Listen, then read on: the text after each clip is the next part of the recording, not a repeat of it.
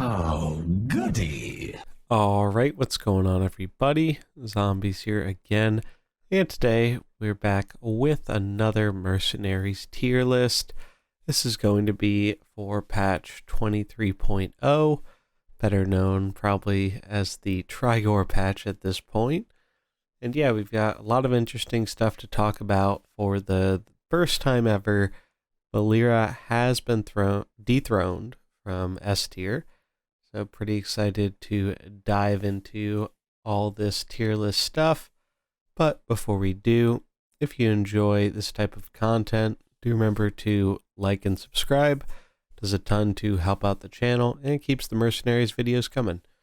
So diving right into it here, we can see tier S, there sits one mercenary alone, and for the first time, it is no longer Valeera. So I don't think anyone's going to be surprised by this. Trigore got an absolutely insane buff, and now I would argue they are the character that is being most played and most kind of teched against in the current Mercenaries meta. I think the majority of comps use Trigore at this point, or they have a very specific strategy to counter Trigore, since it is definitely the majority of the field right now. I know personally, I'm hoping we do see a little bit more adjustments made, maybe buff up some of the characters we'll see down in D and F tier potentially, and maybe tune Trigore back just a little bit so he's no longer just, dethroning Valeera levels, because Valeera isn't, worse really or anything. It's just, I think tier S is kind of reserved for a character that is really warping the entire game in the meta around them. And I think Trigore fits that bill a lot better than Valeera right now. But that's it for Trigore. He stands alone, tier S, probably the best mercenary in the game right now. And next up, the previous tier S holder, Valeera. Valeera is still incredibly good. She's not seeing quite as much play as she did prior to the patch, but I think that's because now, because of Trigore, she can die a bit faster because the residual damage adds up.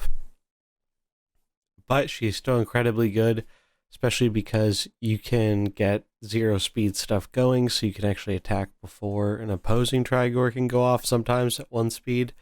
So it's a pretty neat interaction, and she still sees play in both Trigore and non-Trigore comps. So for that reason, Valeera still super powerful in the A+ tier here. Next is Trigore's partner in crime, Kazakus. So Kazakus has seen a ton more play, giving that additional +4/+4 has enabled a very strong opener in Trigore, Diablo, and Kazakus. And we've seen a few different green substitutions in there as well. And then Volgen off the bench with that really powerful combination. But Kazakus has just been really, really good. And he is kind of the main reason a bunch of these Mercs we're going to see that are now in A+ tier are up here, because he enables a lot of these strategies to be a lot more powerful than they were previously. And then Trigore just kind of pushes it a little bit over the edge. Next up, we have Volgen. So Volgen's just been really incredible because of, one, all the reds like Trigore running around, but two, because we're seeing a lot of Kazakus in these Trigore comps, and Kazakus is also very shadow-based. All his abilities are shadow. The big thing is you can get off a AoE with Volgen to make your shadow abilities deal extra damage because they have shadow weakness, and then you can go with the Trigore claws, and usually he'll have had a round or two of golems die at this point, so deals just a crazy amount of damage and at a very fast speed. So very natural, powerful synergy there. Then we have Diablo. Like I mentioned before, Diablo has been showing up in a lot of leads, but he has also been making a comeback on the bench as well in some comps. Just really seeing a ton more of him than we saw in the previous metagame, especially in the Dragon metagame. And he's been really, really good with Kazakis because all those golems dying increases his HP. You also get 4 more attack, so that initial attack you do with Diablo is actually very strong compared to it being like kind of mediocre before without the buff. So, and then you can just either slow things, you can crit things, you can combo it with a Karen off the bench sometimes too. So Diablo he's always been a solid unit, but now he's definitely made his way all the way back up to the A+ tier here. Another more recent addition is Silvanus. Much like Diablo, Silvanus has risen off the back of these Volgen, Trigore, Kazakis-focused comps because you're killing off a lot of stuff with your Kazakis, so that just naturally sets up for the Silvanus. And you do have Volgen there on the bench too, which sometimes gives you a nice little speed boost, but that's usually not super needed. Usually you just get to charge up the Silvanus' attack once, and then you're one-hitting units or having your death rattle clean up everything. So Silvanus has become a mainstay and probably one of the better comps in the game because of all this synergy, so that's the reason she's up here in A+ tier. Then we have Localar. Frost is still really good. Even though more of their units are going to be in A tier here, does not mean they're bad at all. Frost is right up there with Trigore in terms of enabling some of the best comps in the game right now, and Localar is a big part of that, especially when you run into double green or more green heavy comps. Localar just absolutely destroys them, and he still exists as a rather strong Valeera counter. However, you do have to be a little bit more mindful of how you use him if you're running into more Trigore opens. Then we have Belinda. Belinda has just been really, really good with the water elemental still. You don't see quite as much of it as you used to, but these Valeera Belinda comps that focus on speeding up the water elemental have just been really, really good for the most part. And since we're seeing a little bit less of the Localar leads now, it kind of enables it to be a bit more successful. Even if you do see Localar, you can kind of freeze it and then kill it over 2 turns. So definitely a powerful comp for sure, and I think Belinda is going to remain in the higher A+ tier here for a while as long as Frost is still dominant. Moving on to A tier, we have another Frost mainstay in Varden. Varden did get a change in this patch, and it definitely was, I think most players would agree, a nerf. However, there are some situations where it's not strictly a nerf, such as if Varden's up against one single target, and sometimes it can be helpful having the slows and the damage hit on the same character more than once.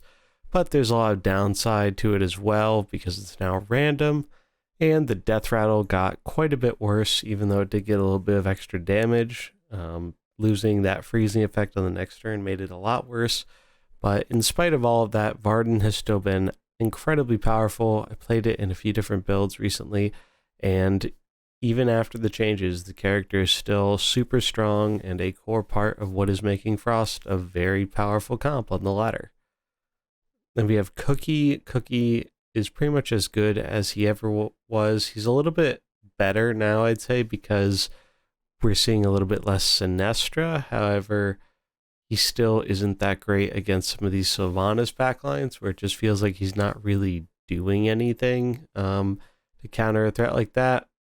But he still is really good for the extra HP. The Cookie snipes can be really good, and you get a little bit of added benefit if you're running with one of our other A tier users here, Tyranda, because her ability repeats if she kills something, and you can set it up with a cookie fish to have an extra chance of it hitting that and repeating. So Cookie's still really good, still sees a play in a lot of comps, and that extra HP is always a nice benefit.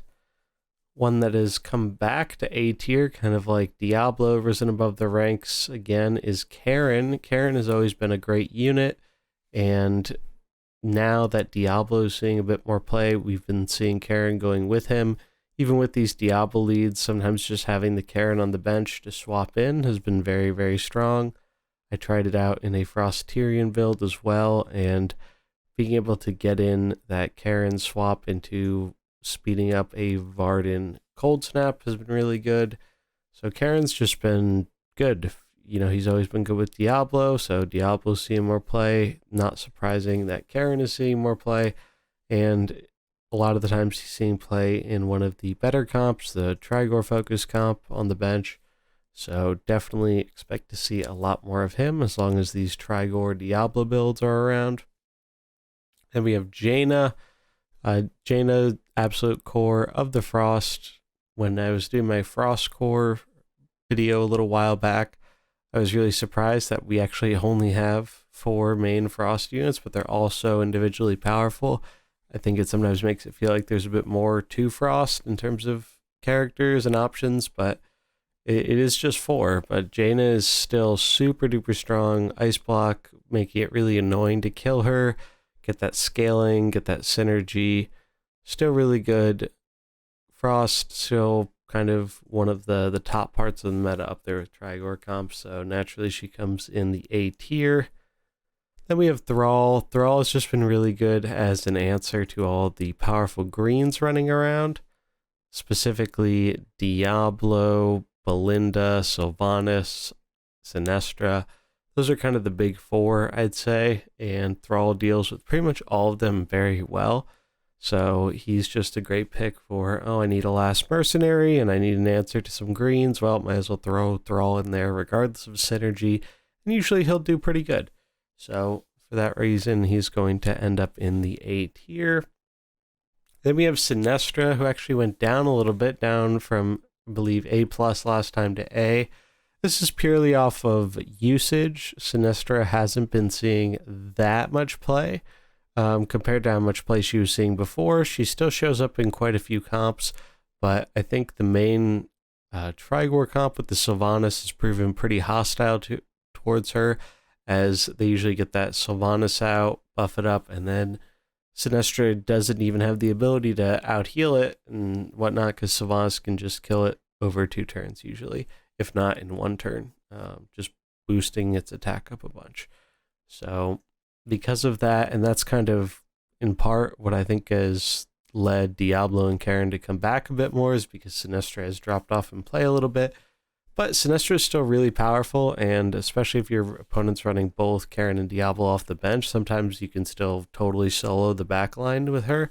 So definitely still a good character and worth running in some comps, but not showing up in like every comp like she was initially, and especially during the Dragon meta. She was kind of in everything as well. Then we have Cornelius. Cornelius has been doing really well in some Frost comps, as well as this kind of strange human comp I tried a little while ago, which was really fun. But the main place I think he's been doing great in has been Frost comps. Just protecting your Jaina or your Varden or your Localar and allowing them to scale up and do a bunch of damage while he blocks with taunt, gets some more healing up, can prevent something from dying. Cornelius has always been a strong mercenary, and I think the current meta, even though I don't think he is the best mercenary in it, he's still very strong and definitely seeing a fair amount of play right now. Then we have Rogers. Rogers is probably the best physical attacking blue we have access to, and it scales really, really nicely. So I haven't seen Rogers in a ton of comps recently, just a handful here or there, but Rogers is still really powerful, and I do think people are still sleeping on this character a little bit, especially in a meta where a red is so dominant like Trigore. Might be worth considering Rogers with Valera or something to try and kill a Trigore quickly with her, or having her off the bench for more combos with that speed up, like the Varden snap speed up. But Rogers is still really good. Definitely expect to see her seeing play still. Next up, we have Long Jin. So Long Jin, previously, I think I might have had an A+. I don't remember. It was either A or A+, I think. Long Jin's still really good.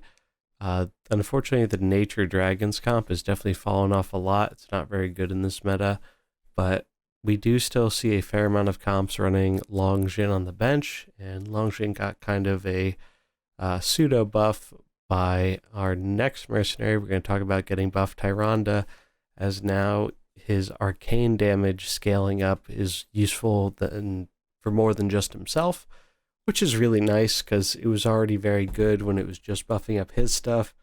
Now that there is another ability to buff up, it is definitely gives you more of a reason to run him.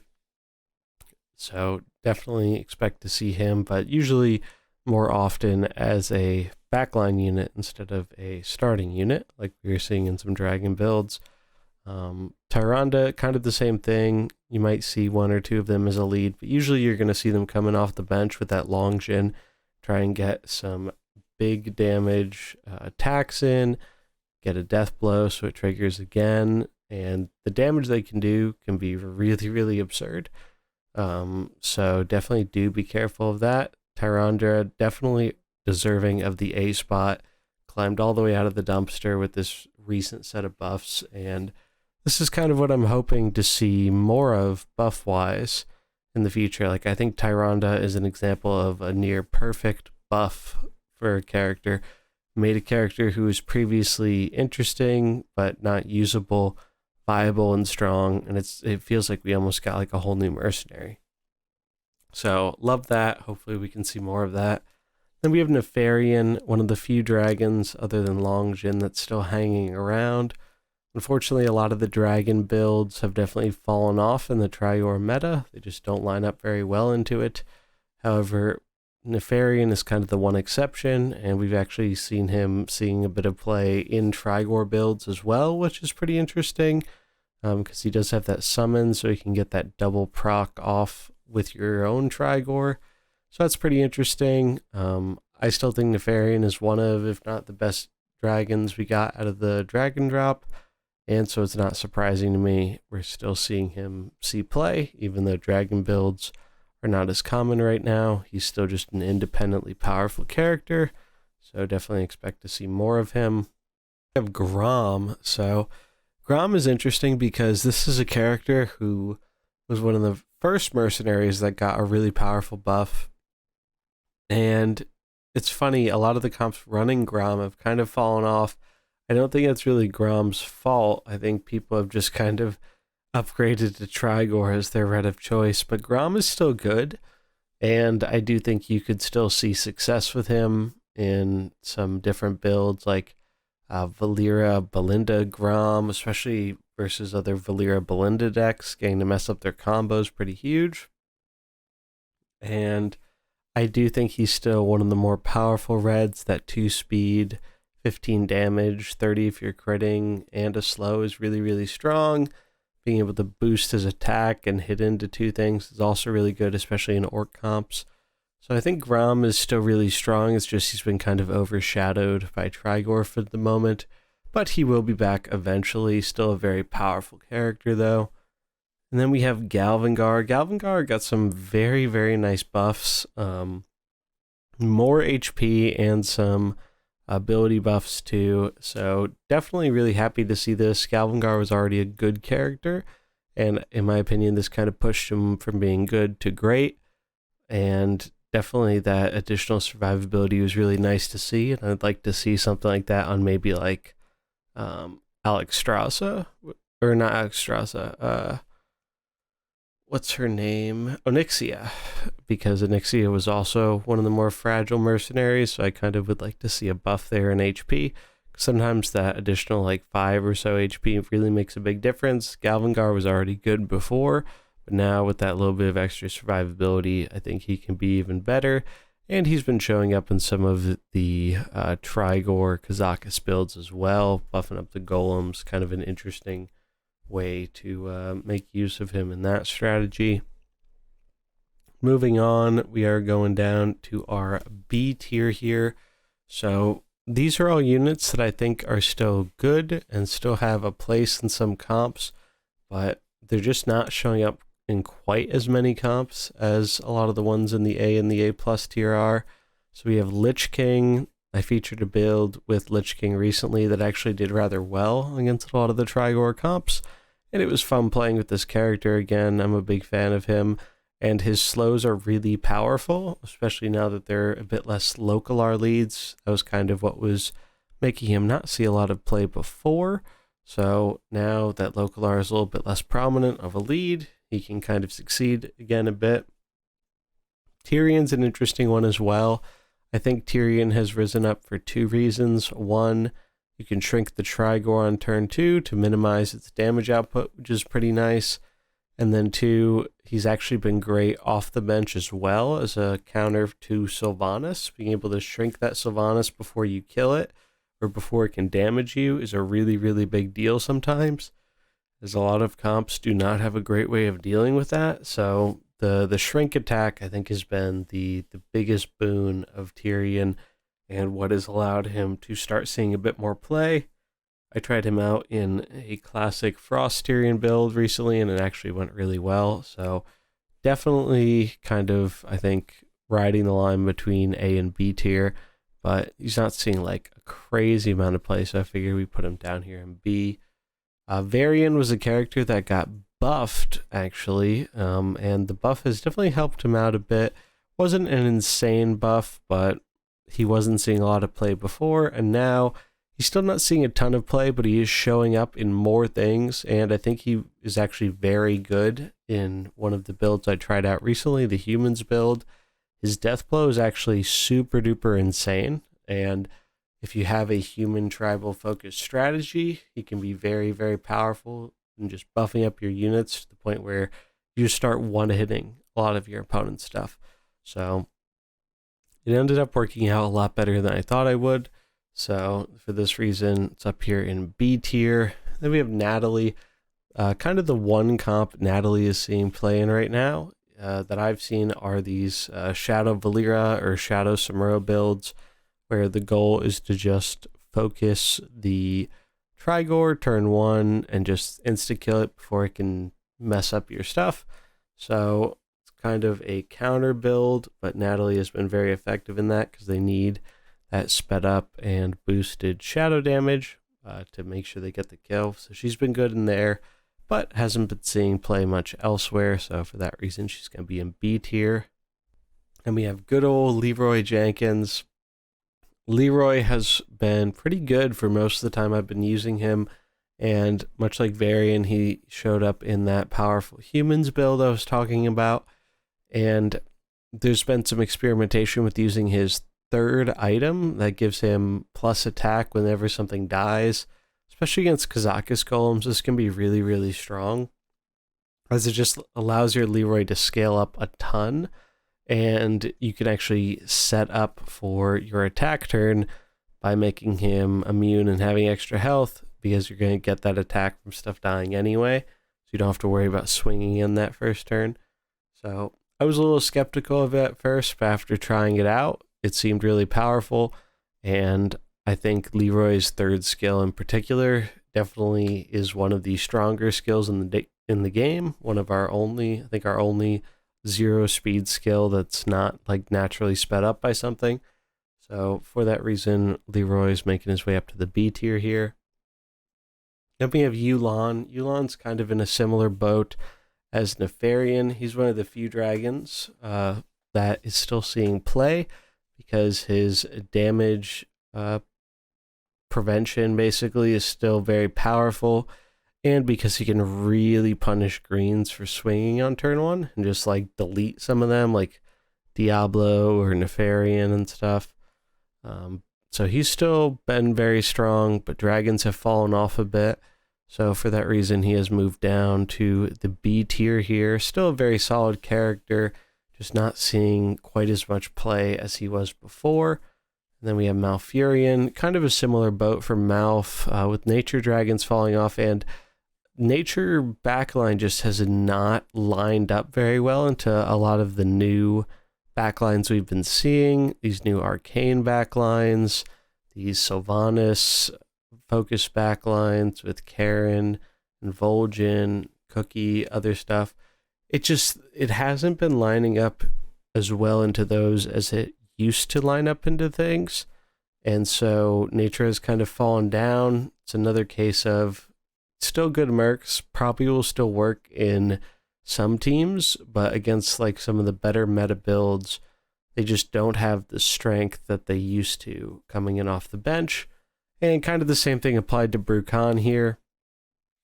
He is still really strong for nature builds and for that scaling up, and Chain Lightning still good, but it just doesn't seem that it's as powerful as it once was against a lot of what we're seeing. So until we see maybe kind of a revision or a little bit more support for nature strategies, he is moving down to the B tier here. Next up is C tier. These are characters that I think are decently powerful or have a fringe usage, but they're not being used to their kind of fullest ability with the current pool of mercenaries we have. Or there's some mercenaries who were really strong, but because of meta shifts have fallen down a peg or two. The first one here is Guff. Guff is pretty interesting because Guff wasn't seeing like any play before, but he's an example of a character that is being used as kind of a Trigore counter. That's one place nature has been showing up a bit, has been nature leads with Guff. Deal just crazy damage with your blues to kill the Trigore on turn 1.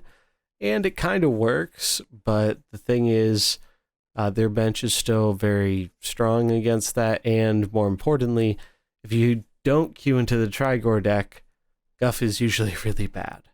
Because of that, I don't think he's reliable enough of a counter to like really do super well, since he folds into a lot of other stuff, especially like other frost builds and stuff he doesn't really appreciate. So for that reason, he's down here in C tier. Kind of a similar story with Tamsin. Tamsin's been seeing a little bit more play than she used to, but it's mostly in these shadow-focused either opens, or sometimes I'll rarely see her come in off the bench. But it seems like it's kind of just a natural focus on Trigore. Just get all that big blue damage you can get in there as fast as possible to kill him before he can start kind of dismantling you with all this like ricochet damage, basically. But I haven't been overly impressed with Tamsin. There has been 1 or 2 times I've seen her where she's been good, but generally I think her role is better served with just a more independently powerful blue, and you're fine just using the other shadow units without her as well. Then we have Rexar. I think Rexar has a lot of potential, and he was seeing a bit more play this patch because of the Trigore buff. We were seeing some Rexar Mukla Trigore builds, and I don't think those were really bad.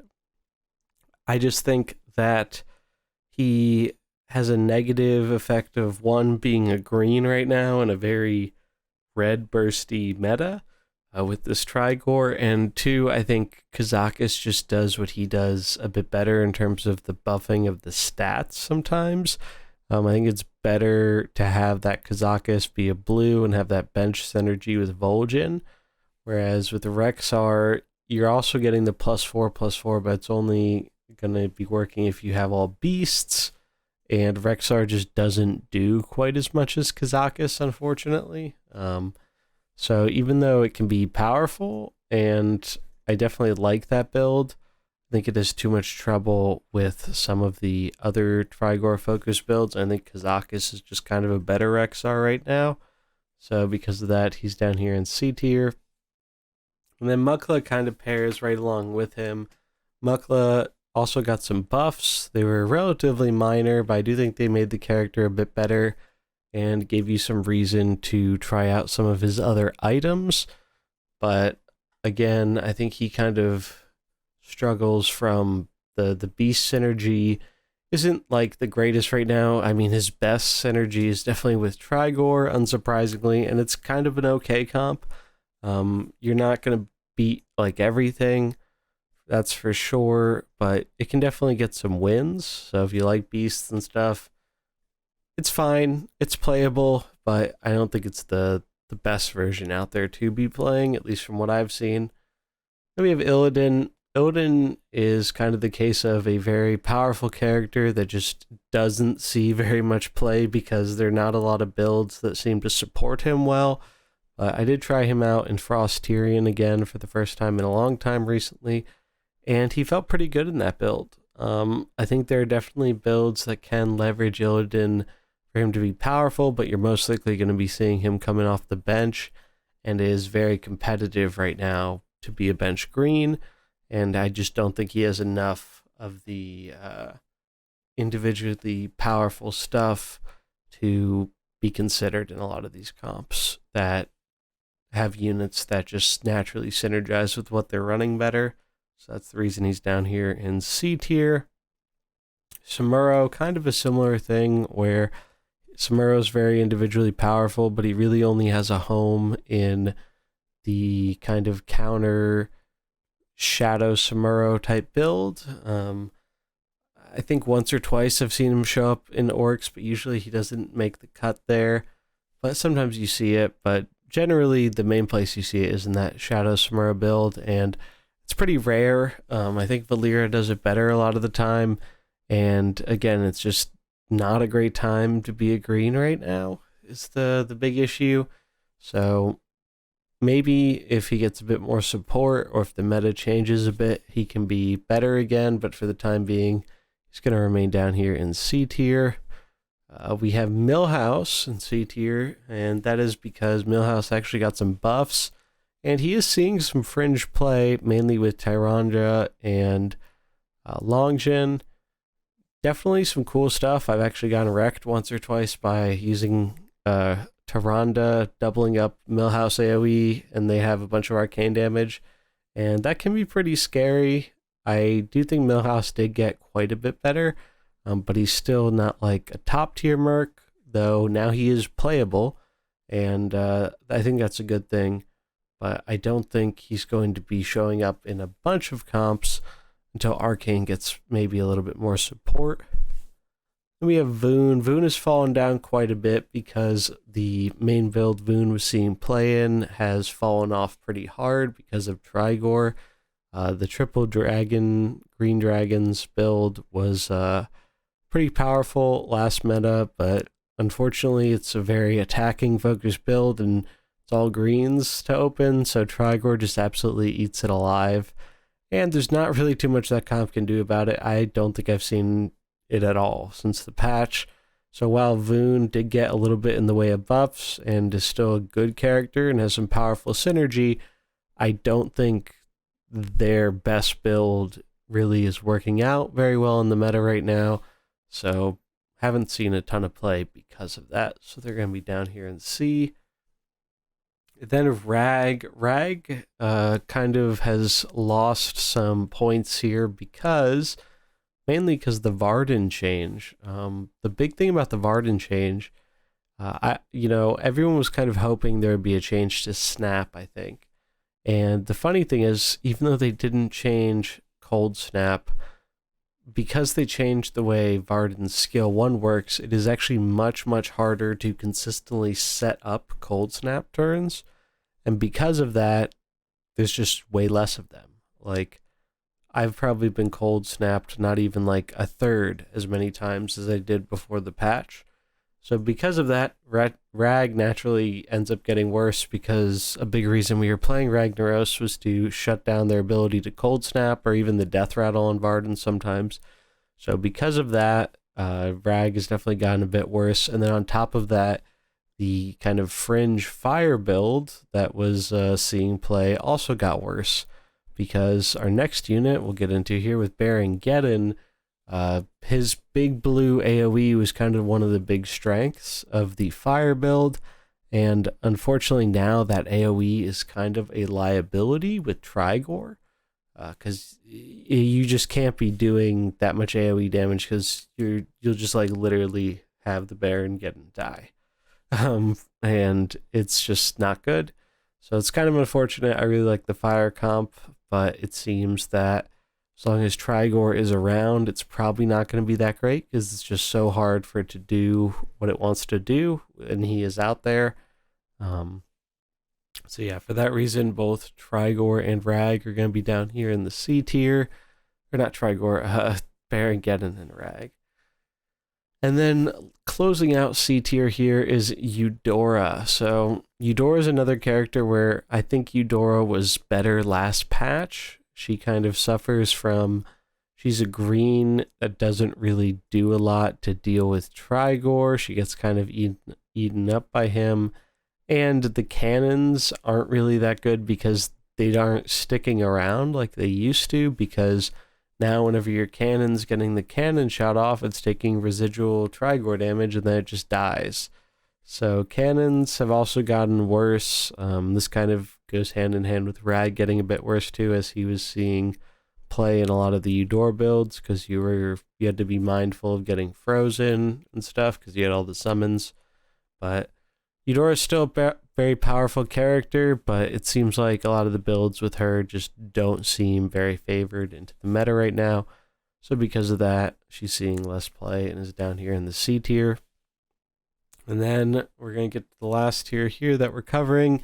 F tier is pretty much characters that are unplayable, in my opinion, in their current form. The whole thing with it is there's some characters down there that I do think have potential. Like, for example, I do think Murky has potential. I think Chiji has potential. I think Nuzao has potential. But the thing is, those characters, I just don't think they have any build right now that really lets them shine very well. And it's also that they don't seem to line up anywhere in the current metagame. So that's why they're down there in the F tier. But we do have one more tier here before we close it out, D tier. And D tier is mainly, these are like characters who pretty much don't have a home right now for the most part, but they're powerful enough to where if we get some more changes, or if we see additional support printed for them, I think they could definitely rise up quite a bit. The first one is Drekthar. I know a lot of people, myself included, thought he was going to see a lot of play with that freeze attack ability, but being that it's random, I think has definitely contributed to less play. He's also a little fragile in terms of his health, and I think maybe there was like an orc build or two that was trying him out, but I think the lack of being able to target where you want to go with his damage is a really significant downside, and that has contributed to his lack of play. He can still be a strong unit and dish out a bunch of damage, but I do think his other two skills are kind of lacking a bit, and I think he's a character we definitely need more support for him to truly shine. Then we have Deathwing. Deathwing was doing pretty good. I do think he was a little bit weaker of the dragons, but he still was doing great in some dragon builds, but he's one of the dragons that did not take the shift to the meta kindly. Definitely hurt him quite a lot, and he hasn't really recovered from that, because one of the main builds he was seeing play in was the anti-Frost Valera build. Now that comp isn't seeing play as much anymore. It just feels like Deathwing doesn't really have much reason to be ran as a lead or off the bench. He's just not really filling any role that seems good in the current meta. But maybe if we see some more changes, or if we get some more dragons or something, or even just another unit that synergizes well with him, he can see more play again. But for the time being, he's going to be down here in D tier, as he's not seeing very much play at all right now. Similar situation for Onyxia here. Onyxia, I think, has suffered from having a bit lower HP than the rest of the other dragons, but she can still be very good in a dragon-focused comp. It's just that the dragon comps have gotten worse in the Trigore meta, so haven't really seen her much at all. I have experimented with her a little bit to try some anti-Trigore shenanigans. It can kind of be okay, but it doesn't feel most of the time like she's doing like a whole ton of work. So for the time being, she's going to be down here with Deathwing in the D tier. Zyrella, kind of interesting. I used to think this character was unplayable, but now they're seeing some fringe play as like kind of a Trigore counter, dealing some good blue damage, lowering its attack, so that way it can't hit you for as much with the residual damage. It's a neat strategy. I like Zyrella. She's one of the free mercs too, which is always nice, but I don't think what she's doing is particularly strong, and it's only like in a rare build or two that you're kind of seeing it. And I just don't think it's doing enough to counter Trigore or having enough synergy to where it's been very good or very popular. So for that reason, she's going to be down here in D. Kind of playable, but just not that great in the current environment. Blinkfox has also seen a bit more play recently too, but not a ton. I think mainly with the rise of Arcane again, people wanted to give Blinkfox a shot. I can definitely understand that, but the most powerful thing of using Blinkfox is usually to make your abilities fast the next turn, and there just haven't been a lot of opportunities to really make use of that from what I've seen. So Blinkfox still kind of a fringe unit nowadays, not seeing quite as much play. Sneed's got a pretty significant buff, but I think the big issue is not Sneed's power level, because he's actually a pretty powerful mercenary now, because he got quite some significant buffs, especially in terms of attack. But the problem is the meta is really bad for Sneed's.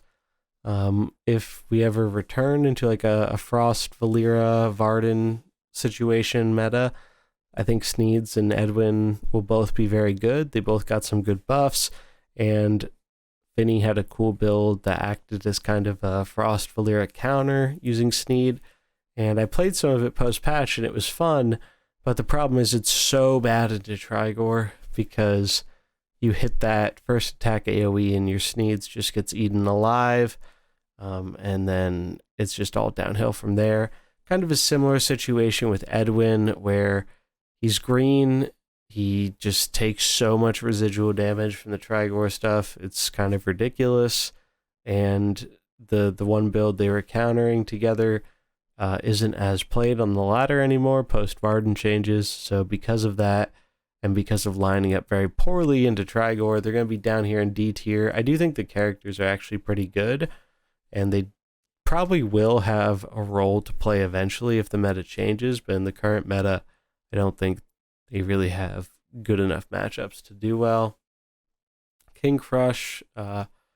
Crush, I think, has always been interesting in beast builds, and Trigore made beast builds a little bit better at first, and then people kind of found out, well, there are other better builds than beasts too. So I think because of that, Crush has kind of fallen to the wayside a bit because he doesn't really synergize as well, or he's just not more powerful than like Mukla or Trigore. But he's still a good unit, and I think you might be able to make him work in beast stuff. It's just like, again, he doesn't line up into the current meta well at all, is a little bit of the problem too. So maybe if we get some more beast support or something, but for the time being, don't think he's very good. Then we have Vandar. Vandar is a really cool character, and I do think eventually he's going to see play and be very strong. The ability to not only give yourself taunt, but force all your taunt characters to attack in and gain some attack is a pretty strong ability, and I think as we see more useful taunt characters printed and synergy like that, I think he's going to get better and better. But for the time being, we don't have a ton of that synergy with taunt and stuff. So because of that, I think he's kind of mediocre. And the bigger thing is he just doesn't seem to line up very well into the current environment. He's not doing enough to be super proactive against a lot of these Trigore decks. And then he just takes damage and dies. So cool character. Think he has potential in the long term, but for now, he just doesn't seem to be getting there in any comps that I've seen. He's not terrible. You can still win some games with him, but I think he needs more synergy to really shine, or a bit of a change in the meta. But then we have Alex Straza. Alex Strasza was seeing a decent bit of play in some of these dragon builds. Had some interesting tech for a little bit when Nefarian was bugged to be able to just like deal damage equal to his attack to kill him when you would get all this crazy attack. But Alex was actually kind of decent. She was just kind of that character you would swap out with Deathwing sometimes for different matchups. But much like Deathwing, I think she was kind of the weakest link of the dragon comp. And even though sometimes she did well, more often than not, she was getting carried by the other dragons. So the fact that a lot of the other good dragons got worse, I think, has made her even worse, because now you can't get by the power of the other good dragons. And so she's just not quite as good as she used to be. But maybe if we can get some more dragon support, or if some of the other characters at the top get nerfed, we can see her come back a bit. That leads us to the last character we're going to talk about here, Saurfang. Saurfang's kind of interesting. He has seen play a few times in this kind of fringe orc build from Surjak, and I really liked that build. I thought it was a lot of fun. But orcs seem to suffer from the fact that most of the time you want to be leading double green, and leading double green, especially attacking double greens, is kind of a death sentence right now. This is another one where the character didn't really get much worse, but just the comp they're used in is not good into the current meta, and because of that, it's just gotten a lot worse to play. So they've fallen down a few tiers here, down in the D tier. Still a playable character, but just does not line up well into the current environment. So that's going to do it for D tier. I do want to make a note. I do hope some of the characters down here in F tier can get buffed. I think there are a lot of valid choices that they could consider to really make some of these unplayable characters more usable. I hope we get more changes along the lines of Tyranda and not Trigore in terms of power level. Just powerful. It's a hard thing to hit, but if you can get it powerful enough where it's seeing play and has an interesting space without being so overpowered it goes in everything, I think that's really the optimal thing to shoot for. And I'd love to personally see it on some of the Murlocs like Mutanus or Murgle, as they've never really gotten much time to shine.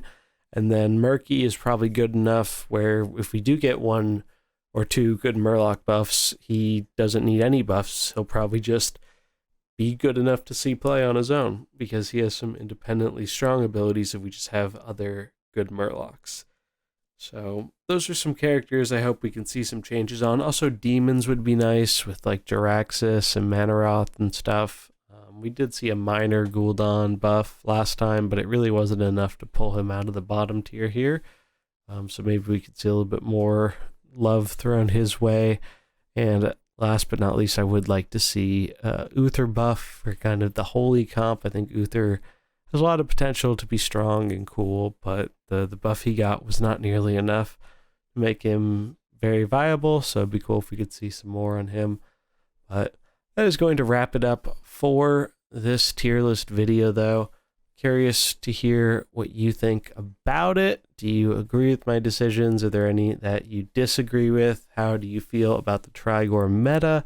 We are getting the new patch and patch notes later today. I'll have a video covering that. I'm hoping we're going to see more Mercenaries changes, but whether we do or whether we don't, I'll have a video out later today talking about the changes we did or did not get. But that is going to do it for this video. If you enjoyed it, do remember to like and subscribe, and I'll catch you in the next one. Peace.